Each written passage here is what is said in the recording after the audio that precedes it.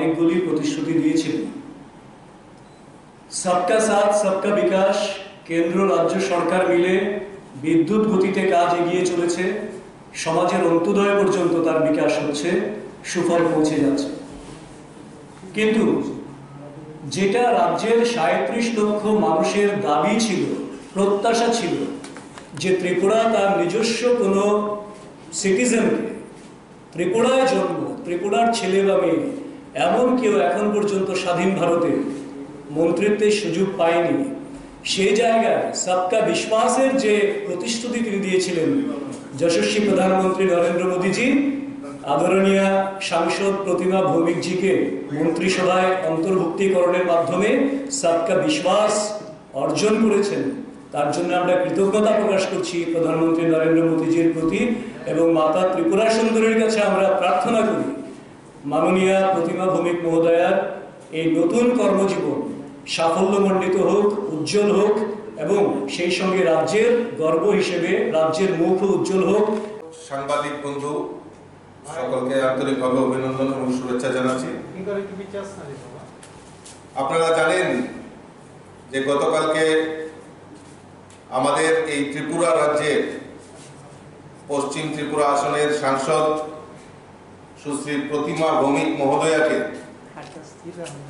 আমাদের কেন্দ্রে নরেন্দ্র মোদীজি সরকারের নেতৃত্বে যে সরকার পরিচালিত হচ্ছে সেই মন্ত্রিসভায় সোশ্যাল জাস্টিস, সামাজিক ন্যায় এবং এম্পাওয়ারমেন্ট MOS মিনিস্টার ঘোষণা করেছেন। তার জন্য আমরা ভারতীয় জনতা পার্টির পক্ষ থেকে আমাদের যশস্বী প্রধানমন্ত্রী নরেন্দ্র মোদীজিকে আমরা ধন্যবাদ জানাচ্ছি। পাশাপাশি আমাদের এই ত্রিপুরা রাজ্যের সাংসদ, কেন্দ্রীয় মন্ত্রী প্রতিমা ভৌমিককে আমরা অভিনন্দন এবং শুভেচ্ছা জানাচ্ছি। ভারতীয় জনতা পার্টি সবসময় বলে থাকে যে ভারতীয় জনতা পার্টি কার্যকর্তাদের পার্টি। সুদূর উত্তর পূর্বাঞ্চলের পার্বত্য রাজ্য ত্রিপুরা, এই ত্রিপুরা রাজ্যের ধনপুর থেকে আমাদের এই সাংসদ প্রতিমা ভৌমিককে ভারতবর্ষের যশস্বী প্রধানমন্ত্রী নরেন্দ্র মোদীজির মন্ত্রিসভায় উনাকে নির্বাচিত করার জন্য আমরা আবারও যশস্বী প্রধানমন্ত্রীকে ধন্যবাদ এবং প্রতিমা ভৌমিকজিকে আমরা শুভেচ্ছা জানাচ্ছি। আমরা জানি ত্রিপুরা রাজ্যের এই ক্ষুদ্র রাজ্য, পার্বত্য রাজ্য ত্রিপুরা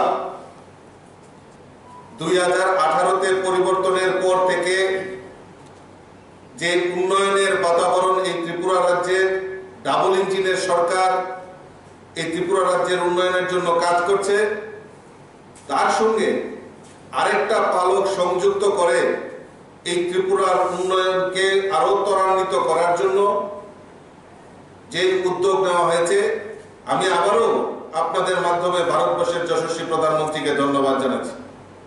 প্রতিমা ভৌমিক আমাদের দীর্ঘদিনের একসঙ্গে আমরা রাজনীতি শুরু করেছিলাম প্রায় 90-এর দশক থেকে। প্রতিমা ভৌমিকজি কার্যকর্তা, আমাদের পুরনো কার্যকর্তা এবং লড়াকু নেত্রী। আমরা সবাই এই ত্রিপুরা রাজ্যের মানুষ, আমাদের ভারতীয় জনতা পার্টির সকল কার্যকর্তা ছোট থেকে বড় সবাই দিদি হিসাবে আমরা বেশি পরিচিত।